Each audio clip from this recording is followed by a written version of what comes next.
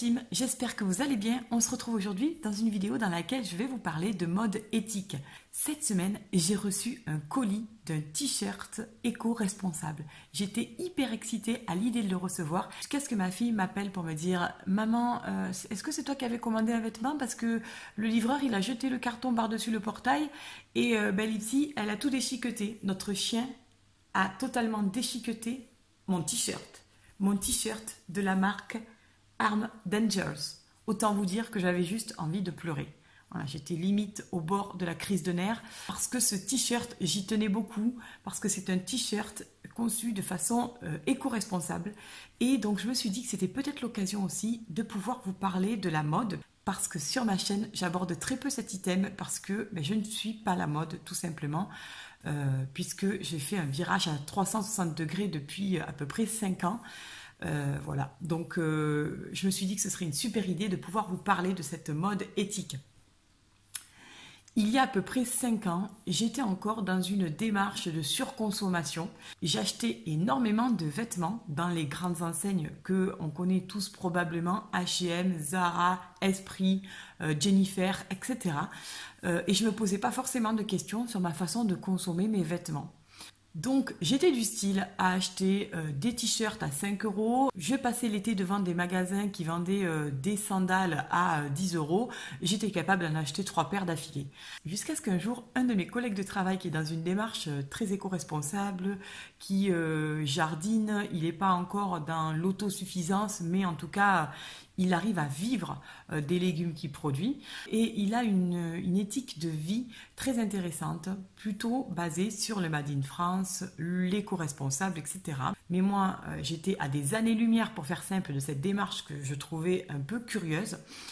Et un jour, il m'a dit, ben voilà, moi j'ai cette paire de chaussures que j'ai achetée qui est en cuir. Alors oui, pour les végans, c'est pas terrible, mais en tout cas, il avait une paire de chaussures en cuir. Et ça faisait plus de 5 ans qu'il avait cette paire de chaussures, qu'il avait payé une centaine d'euros. Et en fait, quand je me suis mise à calculer la somme que m'avaient coûté mes petites sandales pas chères, eh bien en fait, j'avais gaspillé 2 fois plus que lui avec sa paire de chaussures durables. Et c'est là que j'ai commencé à me questionner, jusqu'à ce que je découvre le documentaire The True Cost, qui en fait est un documentaire qui interpelle le consommateur sur les conditions de production des vêtements et les conditions de vie particulièrement dramatiques des ouvriers qui produisent ces vêtements. Donc c'est un film qui dure à peu près 1h32. C'est un documentaire qui a été réalisé en 2015 et je vous invite à aller le regarder. Il est sur Netflix parce qu'une fois que vous aurez regardé ce documentaire, vous ne regarderez plus jamais vos vêtements comme avant. Et pour être honnête, j'avais plutôt envie de foutre le feu à mon dressing après avoir vu ce documentaire. Si je vous parle de certaines marques, Instinct, Basic, La Fée Maraboutée, EcoSapiens, Capsule West, Fashion Integrity, Clothes, Assos Eco, ou si je vous parle des marques H&M, Zara, Jennifer, Mime, Camailleux, lesquelles sont les marques qui vous parlent le plus ? Je pense que si vous n'êtes pas encore dans une démarche éco-responsable, ce sera les marques que j'ai citées en second temps qui vous parleront le plus. Ce sont des marques de mode très connues, les plus classiques que l'on peut retrouver, qui permettent de s'habiller à moindre coût. Et vous pensez bien que l'envers du décor est tout autre, puisque pour renouveler régulièrement les collections, les grandes enseignes doivent produire à moindre coût. Donc qui dit production à moindre coût dit production délocalisée, notamment en Asie. Et à force de sous-traiter avec des sous-traitants, la production des vêtements a totalement échappé à ces marques-là. D'autant plus que dans ces pays-là, nous n'avons pas les mêmes codes de travail, pas les mêmes réglementations et législations. Ce qui fait que bien souvent, on se retrouve avec des ouvriers qui sont souvent mineurs, employés dans des conditions déplorables. Je vous rappelle, il y a plusieurs années, cette terrible affaire de l'usine au Bangladesh qui s'était effondrée sur les ouvriers, faisant des centaines de morts. Les conditions de travail sont déplorables. Ces personnes-là sont parfois logées dans des internats, dorment à une dizaine de personnes dans des toutes petites pièces qui font à peine 15 ou 20 mètres carrés.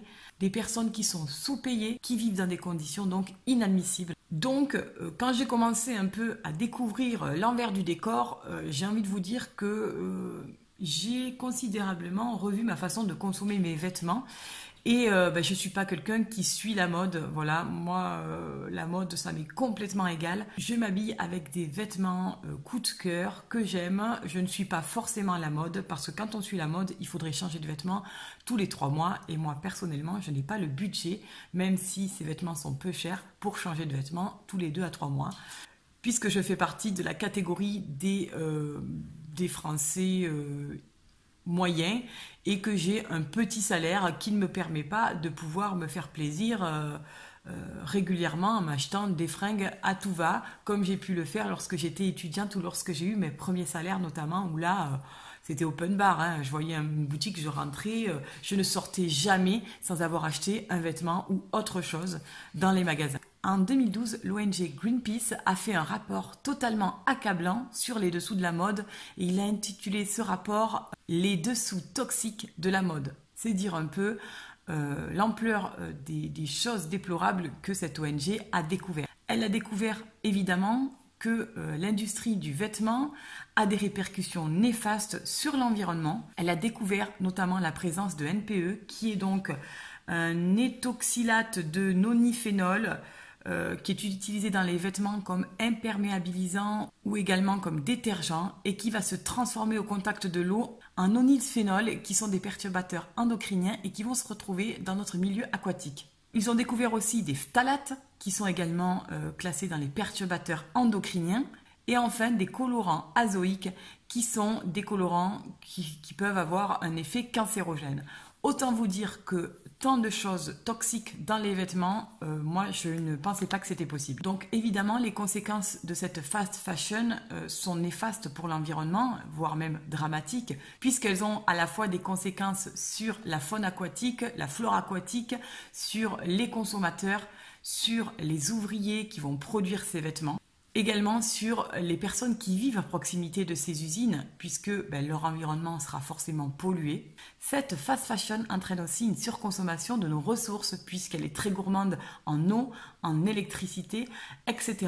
Les usines vont également, par leur fonctionnement, produire des gaz à effet de serre. Et toutes les fumées et autres produits issus de la production de ces vêtements vont engendrer une grande quantité de polluants, polluants de la terre, polluants de l'eau, polluants de l'air. Bref, c'est la cata. Une fois que j'ai appris tout ça, je me suis posé la question, mais finalement, qu'est-ce que c'est qu'une mode éthique, une mode éco-responsable? Qu'est-ce qu'il y a sous ce terme? Une mode éco-responsable, ça va être des vêtements qui sont cousus à proximité de leur lieu de vente. Ça peut être, donc si tu habites en France, la France ou l'Europe.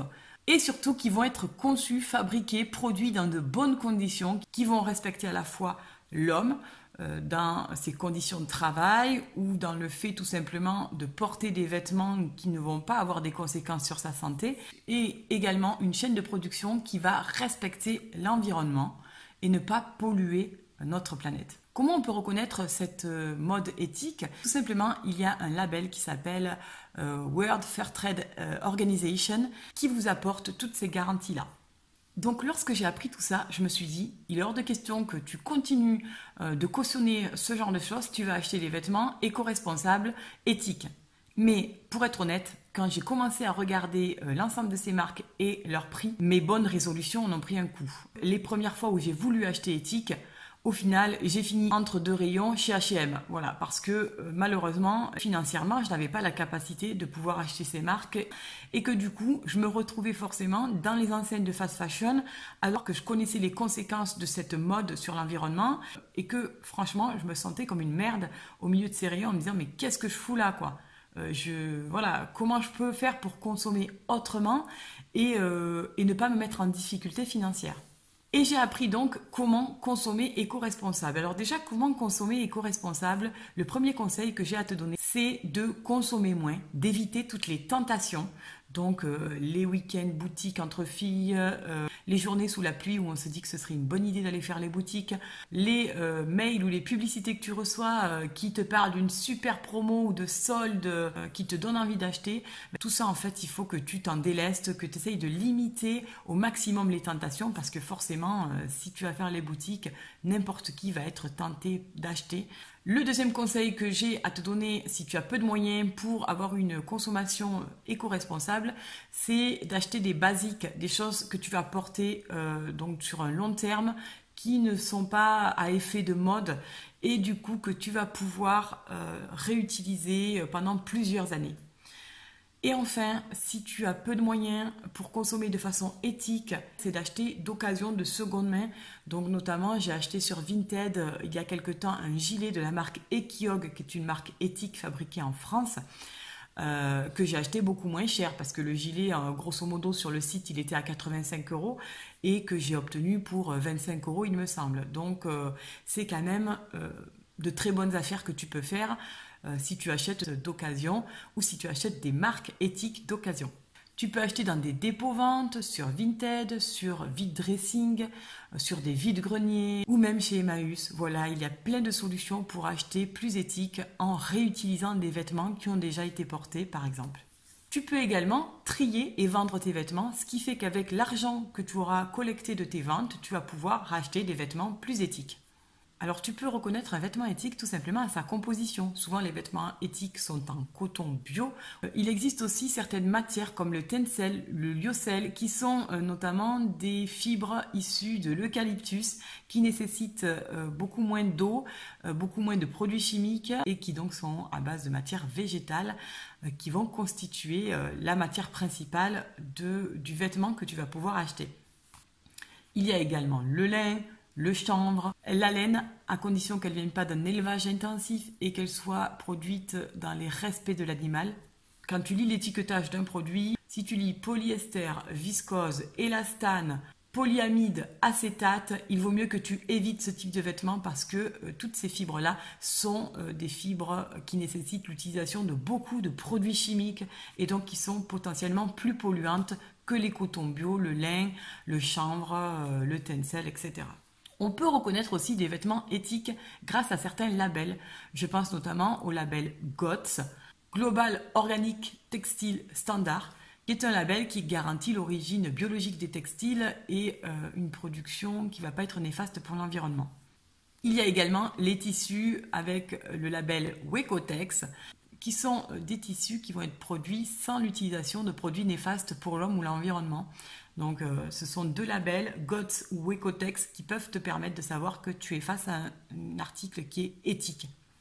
Pour information, un pull qui va être issu de la fast fashion va nécessiter 7700 litres d'eau à sa production, 320 grammes de produits chimiques, 14 grammes de pesticides et enfin il va parcourir 5000 km avant d'arriver dans ton magasin. Autrement dit, ça donne quand même à réfléchir sur tout l'impact environnemental qui est lié à la production d'un seul pullover. Alors multiplié par des milliers de pullovers, ça donne vite le tournis. Concrètement, la mode éthique, c'est bien, mais j'ai pas envie non plus de vendre un rein pour pouvoir m'offrir un vêtement éthique. Puisque, il faut bien se l'avouer, un vêtement éthique, ça coûte un bras. Ça coûte cher parce que forcément ça nécessite une production de meilleure qualité, le respect des salariés, tout ça, ça a un coût qui va être répercuté sur le coût de vente. Alors c'est vrai que par exemple acheter moi ce t-shirt m'a coûté pas loin de 25 € et encore je crois qu'il était en promo il y a 10 ans en arrière, jamais j'aurais mis 25 € à un t-shirt. Maintenant je me dis que 25 € c'est pas si cher pour un t-shirt étant donné qu'en plus j'ai un dressing qui se vide à vue d'œil puisque j'essaye d'avoir une collection un peu capsule mais j'essaye de limiter mes achats en vêtements et d'acheter des vêtements plus éthiques.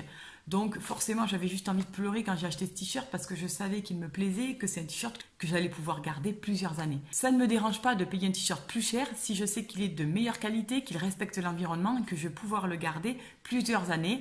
C'est un t-shirt qui va me mettre en joie quand je vais le voir parce que je ne vais pas me dire purée, il y a peut-être un gamin de 15 ans qui a produit ce t-shirt, qui s'est chopé un cancer entre-temps et qui n'a même pas la chance de pouvoir voir ses parents parce qu'il n'est pas autorisé par son employeur à quitter son pensionnat. Je préfère largement privilégier la qualité à la quantité à l'heure actuelle. Mais ce n'était pas le cas il y a plusieurs années. Si vous aussi, vous n'avez plus envie de cautionner cette fast fashion et que vous avez envie de vous diriger vers une façon de consommer plus éco-responsable, j'ai une bonne nouvelle pour vous. Sachez que les marques de fair fashion se multiplient. Donc les marques éthiques sont de plus en plus nombreuses et il y a de plus en plus de marques qui sont accessibles à tout porte-monnaie. Voilà, donc il peut y en avoir des très chers comme des plutôt accessibles à des prix très raisonnables. Moi, je trouve que payer un t-shirt 20 €, c'est pas non plus le bout du monde. Dans mes marques préférées, il y a donc Arm d'Angel, donc ce t-shirt que j'avais vu, que j'ai trouvé trop mignon, avec la petite inscription bisous. Je l'ai trouvé trop joli. Mais ils ont une collection qui est vraiment super sympa. Ce sont des vêtements qui sont souvent conçus en coton bio, en tencel, qui viennent d'Europe. Et donc cette marque contrôle tout le processus de fabrication. Il y a aussi la marque People 3. C'est une marque anglaise qui propose du coton bio, du tencel et qui est aussi engagée dans le commerce équitable. Il y a également la marque Loom, qui est une marque de prêt-à-porter spécialisée pour les hommes et qui est fabriquée en France. On a également la marque Dedicate, qui est une marque scandinave qui est fabriquée à partir de coton bio, de bouteilles de plastique recyclées, de lyocell. Là encore, c'est des produits qui sont plutôt éthiques. Et la meilleure nouvelle que j'ai à vous annoncer, c'est qu'il y a aussi plusieurs marques classiques qui se lancent dans des collections éthiques. C'est le cas notamment de la marque Bonobo avec sa collection Instinct, que j'aime beaucoup. J'ai déjà acheté plusieurs vêtements de cette collection. Il y a également la marque Vero Moda qui propose une collection qui s'appelle Aware. Il y a également la collection Go for Good des Galeries Lafayette qui propose des vêtements éthiques et plus respectueux de l'environnement. Il y a également la collection Eco-Friendly de ASOS qui est une collection qui propose des vêtements en coton bio et également issus du commerce équitable.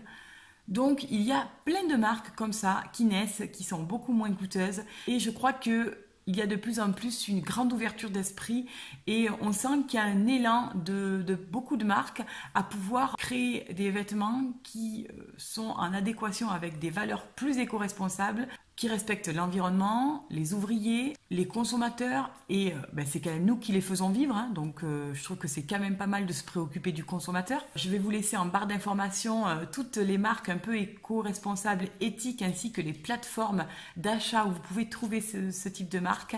L'idée étant de vous permettre de pouvoir acheter en conscience des vêtements parce que je sais pas vous mais moi mettre des vêtements pas chers mais qui polluent ça ne m'intéresse pas du tout. Je préfère largement acheter des vêtements qui garantissent vraiment un respect de notre environnement puisque je vous le rappelle, nous vivons à crédit sur notre planète et que si nous continuons à surconsommer comme nous le faisons actuellement, malheureusement nous allons tout droit dans le mur.